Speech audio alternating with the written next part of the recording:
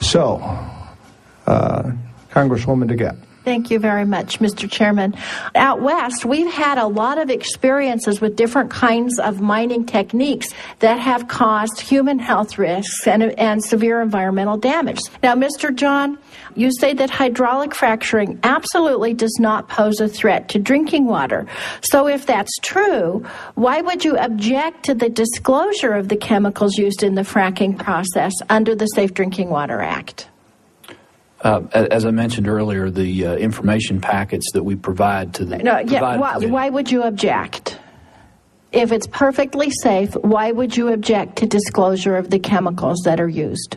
What I was saying was that we have disclosed today and prior to the hearing... Which chemicals are used? Yes, ma'am. In each process? They're listed in a frac fact sheet that's been provided by in that Chesapeake. case, you would have no objection to my bill. We've supplied that information. So would you have an objection to my bill then, since you've already supplied that information? I'm not personally familiar with your bill, ma'am. That makes chemicals used in hydraulic fracturing subject to the reporting requirements of the Safe Drinking Water Act. As stated earlier, we believe that the current regulatory framework... No? We believe the current regulatory framework... So yes, you would object to my bill, because you don't think we would need to report it under the Safe Drinking Water Act, even though you say the chemicals are safe. Correct? Correct. Okay.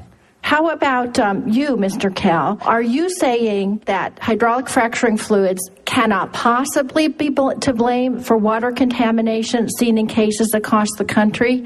Allegations that were presented through certain media outlets relative to 6 specific states.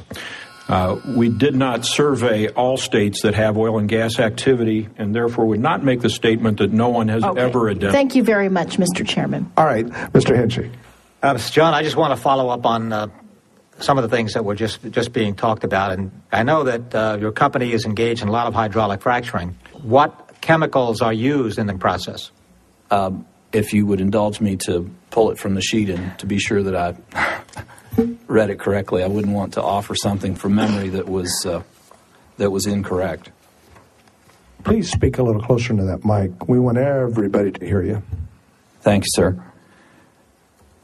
We've listed... Do you want me to go through all of them, sir? I'll start with hydrochloric or muriatic acid as a chemical that would help dissolve some of the muds in the wellbore. We would use an antibacterial agent such as glutaraldehyde. We would have a need for a breaker that would take away some of the viscosity from our fluid that we would use an ammonium persulfate. We would need a corrosion inhibitor to allow the casing strings and the pipes that we use to be preserved. What's the corrosion inhibitor? Testing my site here. It's dimethyl formaldehyde. The cross-linker that we would use would be a borate salt. Then use also a friction reducer, petroleum distillate, an iron control agent in some applications, is citric acid, potassium chloride, and we would also use an oxygen scavenger. I wanted to ask Mr. Appleton if you're aware of any of the independent empirical research that has been conducted that in any way suggests that fracking does not pose a risk to water supply. Anytime you put chemicals like are used in fracking into the environment, it's a risk to water supply if they're not properly regulated. Well, this subcommittee is now adjourned. So here's where we're going to end. The FRAC Act is making its way through Congress, and industry is lobbying hard against it. Neither New York State nor Pennsylvania have moved to protect the watersheds. I don't know what's going to happen around here. I don't know if all this is going to be destroyed.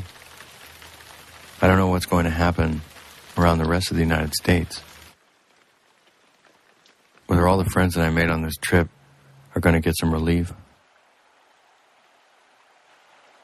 I guess in large part that's up to you. One thing I've found deep inside is a love for this whole country. There are pieces of my backyard at Divide Creek in Colorado, in Pavilion, Wyoming, in the streets of Fort Worth, in the cemeteries and schoolyards of New Mexico. My backyard wasn't my backyard anymore. It belonged to everybody else, too. And with major shale plays being discovered in Europe and in North Africa, and with hydraulic fracturing being hailed there as a possible solution to Europe's energy problems, I don't think this story is going away anytime soon. And it's possible that Gasland might stretch a little bit further than my backyard into yours.